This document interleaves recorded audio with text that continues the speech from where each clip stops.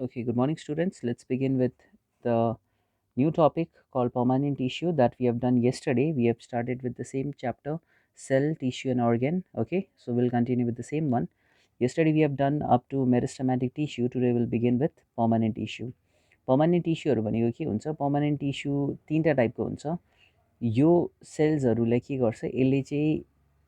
अरू vital फङ्सन्सहरू provide गर्न help गर्छ भाइटल फङ्सन्स भनेको द्याट इज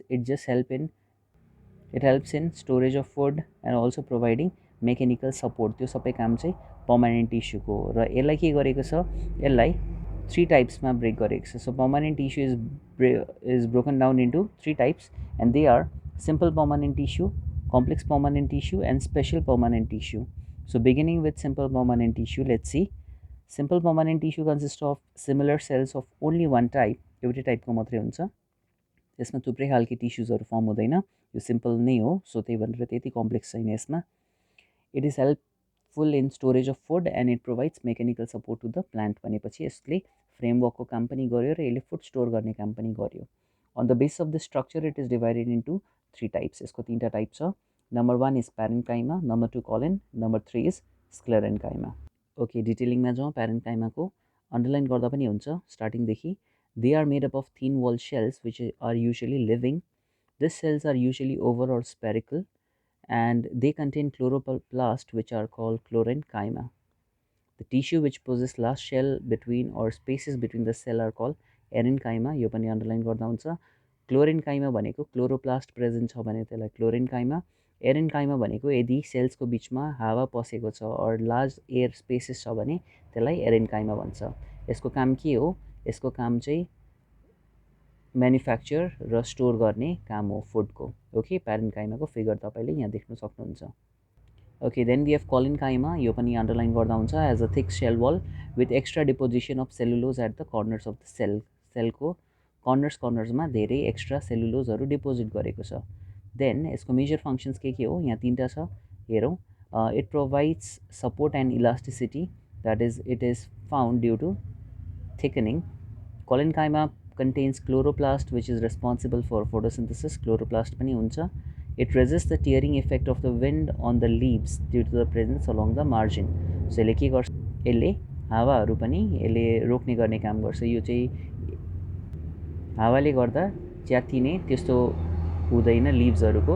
यसले चाहिँ थाम्न सक्छ ओके कोलेन्काइमाको यो किनभने थिक सेल वल हो जसले चाहिँ के गर्छ धेरै अमाउन्ट अफ सेल अर सेलुलोजहरू डिपोजिट गर्ने काम गर्छ त्यही भनेर हतपत्ती यो लिभ्सहरूलाई हार्म गर्न दिँदैन यसले ओके अब आउँछ स्क्लेरेन्काइमा भनेको कन्सिस्ट अफ डेड सेल्स हो ओके यसमा फाइबर्स र स्क्लेराइज हुन्छ फाइबर्स भनेको they are mostly found in the stem as you can see there फाइबर्सहरू त्यसमा हुन्छ sclereids are usually found in phloem fruit wall and the pulp of fruit and seeds त्यसमा पाउँछ यसको मेजर फङ्सन्स भनेको responsible for providing mechanical strength where they are found it also provide grittiness in the pulp of many fruit भनेपछि यसले गर्दा नि फ्रुटहरू धेरै भारी हुन्छ र धेरै पल्प हुन्छ त्यसमा भनेको खाने भाग ओके फ्रुटको भाग चाहिँ धेरै हुन्छ like in mango you have lot of thing to it right नभए सिडै कसैको ठुलो हुन्छ सिड भए पनि खाने चिज सानो हुन्छ अब लिचीको हेर्नुहुन्छ नि लिचीमा के हुन्छ खाने पोर्सन थोरै हुन्छ ओके बिचको सिड चाहिँ धेरै हुन्छ सो त्यसमा के भयो गर्थनेस त्यसको थोरै भयो यसको चाहिँ गर्थनेस धेरै हुन्छ sclerenchyma in leaves provide rigidity and saves it from collapsing भनेपछि यसले चाहिँ के गर्छ टफनेस प्रोभाइड गर्ने काम गर्छ रिजिडिटी द्याट इज स्क्लेरेन्काइमाले it saves the plant from various environmental forces like strong wind etcetera भनेपछि धेरै चिसो अर धेरै साह्रो हावा चल्यो भने त्यसलाई पनि के गर्छ यसले रोक्ने काम गर्छ ओके लिभ्सहरूलाई प्रोटेक्ट गर्ने काम गर्छ र प्लान्टहरूलाई पनि प्रोटेक्ट गर्छ okay now there is complex permanent tissue they are made up of different types of cell like हामीले के भनौँ it is also called conducting tissue or vascular tissue पनि भनिन्छ यसलाई the most important complex permanent tissues are xylem and phloem यसलाई xylem र phloem भनौँ xylem के हेरौँ जाइलमलाई हुड भनिन्छ यो भनेको बाहिरको ओके पोर्सन्सहरूलाई भनिन्छ they are 4 kinds of cell third लाइनमा हेर्नुहोस् they are tracheids vessel xylem fibres and xylem parenchyma त्यति दिएको छ त्यसमा यो चाहिँ इनर पोर्सन अफ रुट स्टिमहरूमा हार्ड प्लान्ट जति छ यो सबै जाइलम हो यसले के गर्ने काम गर्छ यसले वाटर र मिनरल्स न्युट्रियन्ट्स प्रोभाइड गर्ने काम गर्छ रुटदेखि लिभसम्ममा ओके यहाँ ट्र्याचेट्स फेसियल्सहरूको फिगर दिएको छ देन कम्स फ्लोएम फ्लोएम भनेको के हो यो चाहिँ कम्प्लेक्स पर्मानेन्ट टिस्यू हो which are compose of living cells यसमा लिभिङ सेल्स हुन्छ it is made up of 4 types of cell they are sieve tubes companion cell phloem fibres and phloem parenchyma यसको मेजर सेल्सहरू लिभिङ हुन्छ र यो responsible छ transportation of food into the body of a प्लान्टको बडीमा फुड प्रोभाइड गर्ने काम यसको नै छ okay now in the last topic we have special permanent tissue and special टिस्युजहरू भनेको के हो those tissues which are concern with the secretion of materials like gums resins oil nectar latex and other substances are called special tissues or यसलाई secretory tissues पनि भनिन्छ the well organise secretary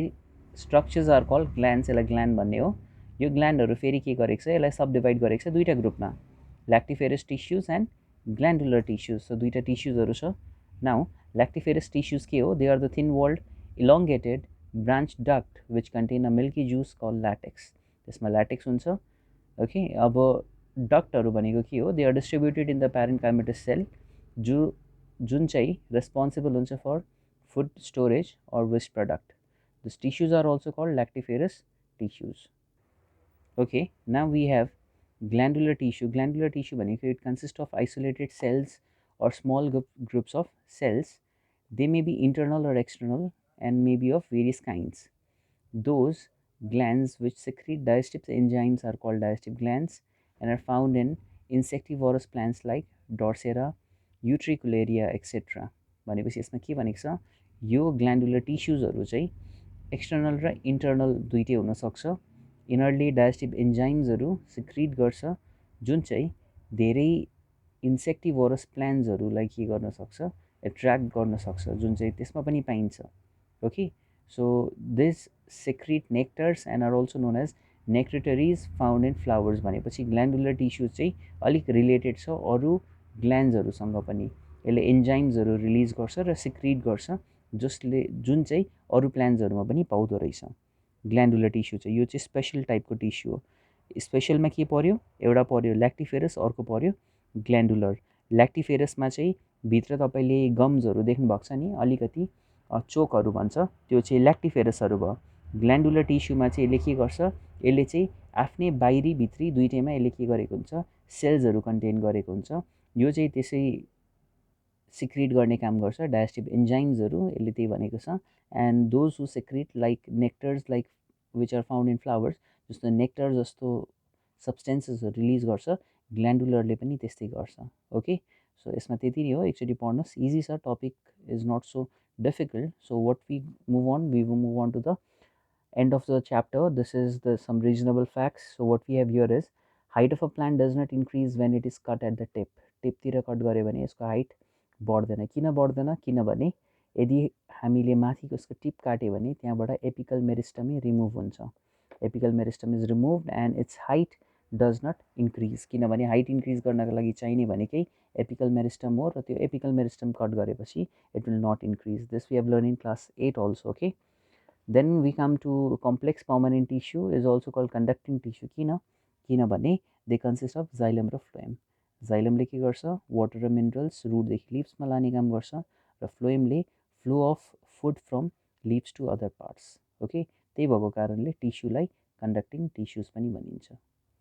okay then we have when we pluck a leaf of a rubber plant a milky substance comes out मैले तपाईहरुलाई हैन चोकको बारेमा भनेको थिएँ यो चोक पनि भन्छ यसलाई ल्याटेक्स हो खासमा यो ल्याक्टिफेरस टिस्युजसँग रिलेटेड हो that it is because a rubber plant has lactiferous tissues in it which secretes the milky secretion called latex त्यसलाई नै ल्याटेक्स भनेको छ ओके रिजनेबल फ्याक्ट्स यहाँ यो च्याप्टरमा आउने क्वेशन्सहरु यस्तै हो so what you need to do is you need to start with this page number 370 you can start with page number 371 what we have here is question answers okay question number B in B we have 1 to 11 questions we have differentiate between 1 2 3 4 and give region number D 1 2 okay 3 4 5 and we have diagrammatic questions so you can try these questions okay it's easy if there is any doubt you may ask me okay thank you